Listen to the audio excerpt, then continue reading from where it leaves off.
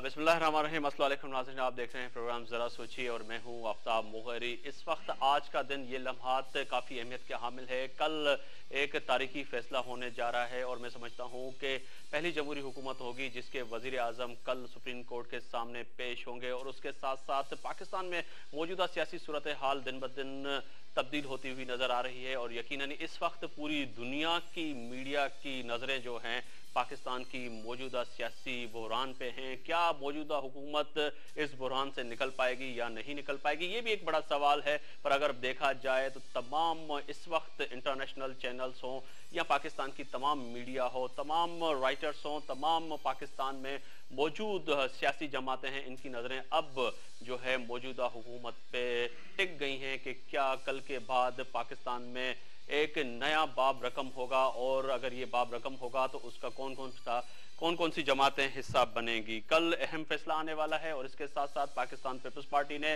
तमाम मुश्किलात से निकलते हुए अब तक बचते हुए यहाँ तक पहुंची है, पर अब ये लग रहा है कि पाकिस्तान पीपल्स पार्टी को मुश्किल का सामना करना पड़ेगा और मुश्किल वही होगी कि कल सुप्रीम कोर्ट के फैसले के बाद पाकिस्तान पीपल्स पार्टी क्या इक़्तिदार में रहेगी या नहीं रहेगी, ये एक बड़ा सा सवाल है। पर ताहम इतने वक्त गुजरने के बावजूद तमाम सियासी जमातें जो इस वक्त हुकूमत में बैठी हुई हैं उन्होंने सुहाने ख्वाब दिखाए पाकिस्तान के करोड़ों अवाम को। उनको कहा गया कि आप हमें वोट दें, आपकी तकदीर बदलेंगे। मैं बार बार इस अपने प्रोग्राम में ये लफ्ज़ इसीलिए दोहराता हूँ, जब मैन्युफेस्टो लेके आपके मेरे बीच में हमारे हुक्मरान आते हैं तो दूध की शहद की नदियाँ बहाते हुए वो सुहाने ख्वाब दिखाते हुए नजर आते। ताहम नदियाँ बहती हैं इस मुल्क में, खून की नदियाँ बहती हैं। अगर देखा जाए तो अब भी जब मैं बात कर रहा हूँ तो पाकिस्तान में कई शहरों में इस वक्त लाइट नहीं होगी, कई शहरों में इस वक्त गैस नहीं होगी, सीएनजी पंप बंद पड़े हुए हैं। इसके साथ साथ बहुत से बहरान इस वक्त पाकिस्तान की मौजूदा हुकूमत के सामने है। अब सवाल लोग यही उठा रहे हैं कि काश ये हुकूमत जाए और ऐसा हुक्मरान आए इस मुल्क में, इतने वतन अजीज में, कि उनकी तकदीर बदल ले। आज इस मौजू पे बात होगी। मेरे मेहमान हैं, मोहतरम मेहमान, मैं उनका तारुफ कराता चलूँ। मेरे पहले मेहमान हैं फिदा हुसैन साहब, रहनुमाए पाकिस्तान पीपल्स पार्टी के। बहुत शुक्रिया जी, आप तशरीफ़ लाए स्टूडियो में। मेरे दूसरे मेहमान हैं, मेरे सीनियर हैं, बड़े मोहतरम में मेरे लिए, नुसरत मिर्ज़ा साहब, सीनियर तजिया निगार सहाफ़ी। बहुत शुक्रिया मिर्ज़ा साहब कि आपने टाइम दिया। मेरे दूसरे मेहमान हैं डॉक्टर हसन रज़ा, रहनुमा हैं पाकिस्तान तहरीक इंसाफ सिंध। आपका भी बहुत शुक्रिया कि आप स्टूडियो में तशरीफ़ लाए। फिदा हुसैन साहब, वही बात हुई कि कल का दिन काफ़ी अहमियत का हामिल है। बिलाखिर सुप्रीम कोर्ट को ये भी कहें कि मान भी लिया, अब आप कोर्ट में भी जा रहे हैं। मेहरबानी मुगल साहब, क्योंकि पाकिस्तान पीपल्स पार्टी मुकम्मल तौर पे एक अवामी और ताकतवर पार्टी है और जिस आवाम ने उनको वोट किया है जमहूरी पार्टी है। क्योंकि पाकिस्तान पीपल्स पार्टी का जब कायद अवाम शेख जुल्फ़िकार अली भुट्टो ने बुनियाद डाला था तो बुनियाद इस पे डाला था कि पहला हमारा यही नारा था कि पाकिस्तान की जो अवाम है, जो सचश्मा है, वो हमारी ताकत है।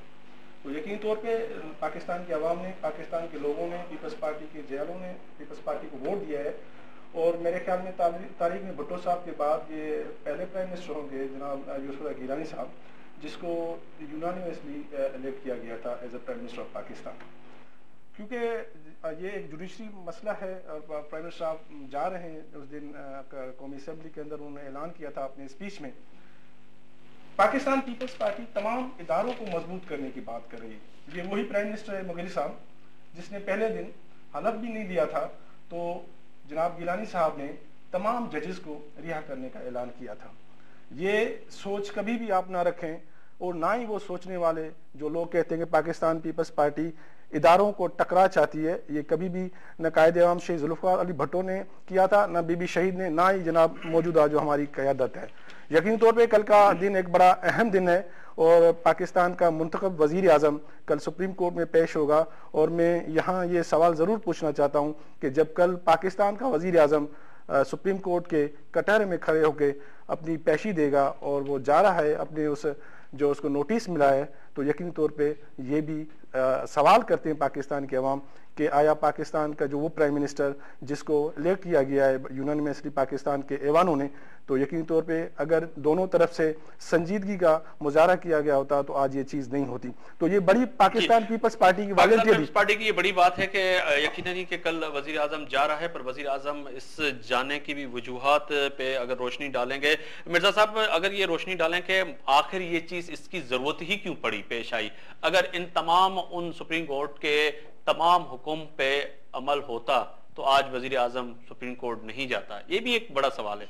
देखिए, इसमें बिस्मिल्लाहिर्रहमानिर्रहीम मुगर्री साहब आपका शुक्रिया जो आप बात कर रहे हैं। बुनियादी तौर पर मैं पहले तो इस बात को सराहूँगा कि आप में बिलाखिर सेंस हैज़ प्रिवेल्ड और जहाँ पर बाबर अवान जैसे आदमी की से छुटकारा हासिल किया और एतजाज़ हसन जैसे ठंडे और मुदब्बिर आदमी को इन्होंने मुंतखब किया, ये एक बुनियादी फ़ैसला है जो मैं समझता हूँ कि पाकिस्तान पीपल पार्टी ने या यूसुफ रज़ा गिलानी ने या ज़ाहिर साहब ने मिलकर ये किया। क्योंकि जिस अंदाज की यानी जो जुमलेबाजी कर रही थी वो कर रही थी पीपल पार्टी, वो शाया निशान नहीं था पीपल पार्टी का, ना बाबर अवान का, और वो इस तरह से तौहीन अदालत कर रही थी।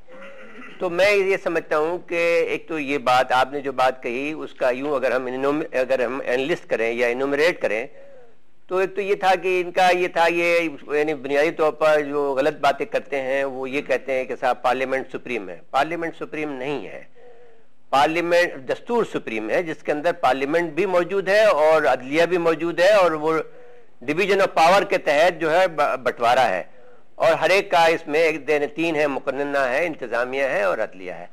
ये मिर्जा साहब हमारे साथ टेलीफोन लाइन पर हमें ज्वाइन किया है निहाल हाशमी ने, रहनुमाई पाकिस्तान मुस्लिम लीग नून को, उनको अपने शो में वेलकम कहूंगा। निहाल साहब आप हमें सुन सके रहे हैं? निहाल हाशमी साहब। जी मैं सुन रहा हूँ। जी निहाल हाशमी साहब, बहुत शुक्रिया आपने टाइम निकाला, हमें ज्वाइन किया और मिर्जा साहब बात कर रहे थे। जी मिर्जा साहब। बस मैं ये कह रहा हूँ कि जो तरीक़ाकार बाबर अवान ने किसी भी वजह से, क्या तो पीपल पार्टी की हुकूमत को रुस्वा करने के लिए या उसको ख़त्म करने के लिए या जो महादराई की उन्होंने कैफियत पैदा की, वो तरीका गलत था जिसकी वजह से आज उन्हें ये मुकाम देखना पड़ा कि आज उनको हाजिर होना। अब वो बात भी वो कह रहे हैं जो बात जरदारी साहब कह रहे हैं, वही बात एतजाज हसन कह रहे हैं, लेकिन अंदाज दूसरा है। वो ये कह रहे हैं, कानूनी तौर पर कह रहे हैं कि प्रेसिडेंट ऑफ पाकिस्तान को इस्तिस्ना हासिल है। तो ये इसकी बजाय वो जो है वो जुमलेबाजी करते थे और वो इस किस्म की बातें करते थे जिससे कि वो इश्तिहाल पैदा होता था और ये होता था कि वो तज़ीक कर रहे हैं अदलिया की, जो उनका हक नहीं है। अब जो तकसीम ऑफ पावर की मैं बात कर रहा हूँ, डिवीजन ऑफ जो पावर है वो इस तरह से है कि मुकन्ना का ये काम है, लेजिस्लेशन का ये काम है कि वो दस्तूर साजी करे, उसका इंटरप्रिटेशन का काम जो है वो अदलिया का है, इंतजामिया का काम है कि वो अमन व अमान कायम करे और जो भी अहकामात हैं वो उसको अमली जामा पहनाए। ये एक बुनियादी डिवीजन ऑफ पावर्स है। तो जहां पर अदलिया का काम है एक दस्तूर की या कानून का तशरीह करना, वो अदलिया को करने दें, और आप जो उसको उसमें भी कहते हैं कि वो हम नहीं करने देंगे, तो फिर वहां पर लड़ाई शुरू हो जाती है और वो हुई। अब जब ये मैं समझता हूँ कि एतजाज हसन ये कह रहे हैं कि साहब वो जिस बात से आप घबरा रहे हैं वो आपको वो मुकाम नहीं आएगा क्योंकि आपको इस्तिस्ना हासिल है।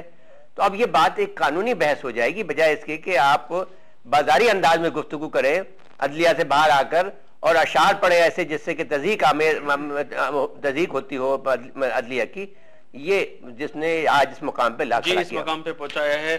बात होगी अब उसी सूरत हाल की कि कल जो वजीर आजम जो है, एक बड़ी बात है सामने आ रही है कि कल जा रहे हैं सुप्रीम कोर्ट के सामने पेश हो रहे हैं, पर आप फरमाइएगा कि अब तहरीक इंसाफ को तो पहले तो कह रहे थे कि जी हुकूमत जाए और ऐसी हुकूमत ना रहे, पर आज अगर देखा जाए तो इमरान खान साहब का फिर मौक़िफ़ चेंज हो गया कि अब इलेक्शन अगर करीबी होते हुए नजर आ रहे होते हैं तो तहरीक इंसाफ को नुकसान होगा। ये क्या बात हुई कि तहरीक इंसाफ नहीं चाह रही कि अब जल्दी इलेक्शन हो, या ये हुकूमत अगर अपने उन तमाम वादों पे पूरे नहीं उतरे तो इनको घर जाना चाहिए? असल बात ये है मुगल साहब, पाकिस्तान तहरीक इंसाफ का एक जो मौक़िफ़ है वो आज से नहीं है। वो आप देखें तो APTM से यही हमारा मुतालबा था कि इलेक्शन जो हों वो एक आज़ाद इलेक्शन के तरीके से हो, लेकिन मियाँ साहब भी हमारे साथ थे, उन्होंने शॉर्टकट मार के इस इलेक्शन में शेयर किया। NRO के तहत जो इलेक्शनें हुई उसकी जो रिजल्ट हमें मिल रही है कौम को, वो आपके सामने है। NRO के तहत जो केसेस चल रहे हैं, आज प्राइम मिनिस्टर कल कोर्ट में पेश हो रहे हैं, ये सारी जो हमें कौम को जो तोहफे मिल रहे हैं वो NRO के हैं। इमरान खान साहब जो हमने पिटीशन दाखिल की है सुप्रीम कोर्ट में, हमने इसमें जो इलेक्शंस हुई हैं उसमें जो बोगस वोट थे उसके ऊपर हमारे सुप्रीम कोर्ट में केस चल रहे हैं। अभी तक जो इंतजामिया है वो इलेक्शन को डिले कर रही है। कोर्ट फरवरी में हमें कहा कि फरवरी तक हमें इनको क्लियर करें, लेकिन वो कह रहे हैं कि फरवरी में हो नहीं सकती। तो अगर हम चाहते हैं कि अगर ये बोगस वोट जो हैं उन्हीं के ऊपर इलेक्शन अगर होने हैं तो फिर तो कोई फायदा ही नहीं है।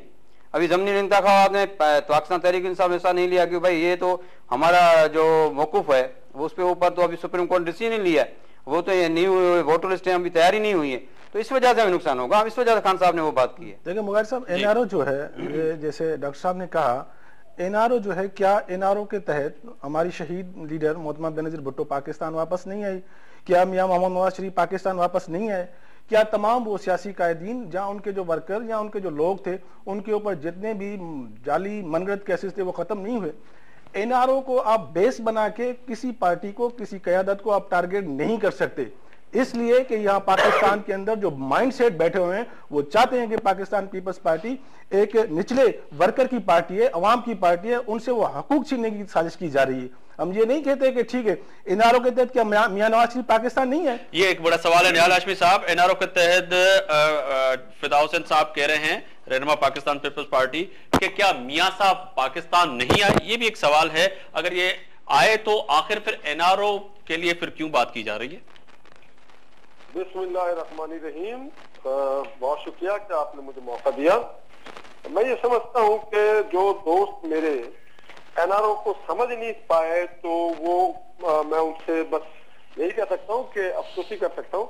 NRO एक खास वक्त में एक खास लोगों के लिए बनाया गया था और वो था नेशनल रिकंसिलिएशन ऑर्डिनेंस। और ये जो नेशनल रिकंसिलिएशन ऑर्डिनेंस है ये मुशर्रफ ने अपने और उस वक्त जो लोग इस मुल्क की कौमी दौलत को लूटा था, जिन्होंने कत्ल गारतगिरी का पादार गर्म किया था और जो पाकिस्तान की अदालतों को माफूज थे, उनको जवाबदेह थे, उनको मतलूब थे, उन लोगों को पनाह देने के लिए चोरों को, लुटेरों को हुकूमत में कानून। लक्ष्मी साहब वाजे करिएगा, कौन से लोग? आप तो सिर्फ सामने जो है आपकी तोहफों का रुख तो पाकिस्तान पीपल्स पार्टी की तरफ है, पर उस NRO में तो बहुत से लोगों ने अपनी बहती हुई गंगा में हाथ धोए हुए हैं। कौन से लोग, थोड़ा वाजे कीजिएगा। पाकिस्तान पीपल्स पार्टी के भी दोस्त थे, मुत्तहदा कौमी मूवमेंट के भी दोस्त थे, और उसमें कुछ ऐसे भी लोग थे जो मुस्लिम लीग काफ के लोग थे, जिनके ऊपर कर्ज और कौमी दौलत का मामला था, कत्ल का मामला था, बैरोक्रेट्स उसके ऊपर बिजनेसमैन थे जिनके ऊपर मुकदमात थे नैब के और दीगर इदारों के। सो उन्होंने कहा जी कि आपको हम एक सेफ पैसेज देते हैं, आप आए और आके हमारी हिमायत करें। तो ये एक NRO है। NRO का नवाज शरीफ के मुल्क वापसी से कोई दूर का भी न ताल्लुक बन सकता है न वास्ता बन सकता है जी। ये तो अजीब व गरीब आंगन वाली बात कर रहे हैं। हाशमी साहब, आप मेरे ख्याल से लोगों को अपनी तरबियत और अपनी चीजों को पहले समझ लेना चाहिए, फिर उस पर बात करनी चाहिए जी। हाशमी साहब देखें, आप जो बात कर रहे हैं ना वो तो हवाओं में तीर मारने वाली बात हुई। आप कह रहे हैं कि मियां साहब इससे पहले जब आए थे और मियां शहबाज शरीफ पाकिस्तान आए थे तो फिर वापस क्यों चले गए थे? सवाल ये है, अगर NRO साइन होता है, देखिए जी, वापस भेजा गया था ना, मैं खुद एयरपोर्ट इस्लामाबाद भेजा गया था ना, यानी NRO लैंड करने के बाद उन लोगों को बाहर आने दिया, बाकी देखिए जी वापस भेज दिया गया था ना, वापस फिर वही NRO के बाद बीबी भी आती है, मियां साहब भी आते हैं, फिर नहीं रोका जाता। इट मींस के सियासी आपकी बसीरत थी, आपने एक डिक्टेटर के साथ बैठ के, क्योंकि आप लोगों की बीबी शहीद रानी की जो निहाल साहब को सुनने दें। जी निहाल साहब, बात करके आप अपने जुर्म पे पर्दा पोशी नहीं कर सकते हैं। एक तरफ आप आमरीत से खात्मे और जमहूरियत की जद्दोजहद की बात करते हैं, दूसरे तरफ खुफिया तरीके से मेरा लफ्ज में खुफिया तरीके से एक जनरल से, एक आमिर से, एक आइन के कातिल से, लाल मस्जिद के कातिल से अपनी सिर्फ हुकूमत के लिए तहफ्फुज़ मांगने के लिए आप मुलाकात करते हैं, वो भी बैरूनी मुल्क। आपने मुलाकात नहीं की मियां साहब के, आपकी क़यादत ने सऊदी अरब में, लंदन में? क्या कहा आपने? आपकी क़यादत ने जब मशरफ साहब से और उसकी टीम से जब लंदन में और सऊदी अरब में जो मुलाकातें की थी, क्या it was not democratic? Musharraf से कभी मुलाकात की कि मुशर्रफ की हसरत रह गई कि नवाज शरीफ उनसे बात करे, उनसे मुलाकात करे, मगर नवाज शरीफ ने उसकी हसरत को हसरत ही रहने दिया। हमने ये कभी नहीं किया है। जी मिर्जा साहब, ये अब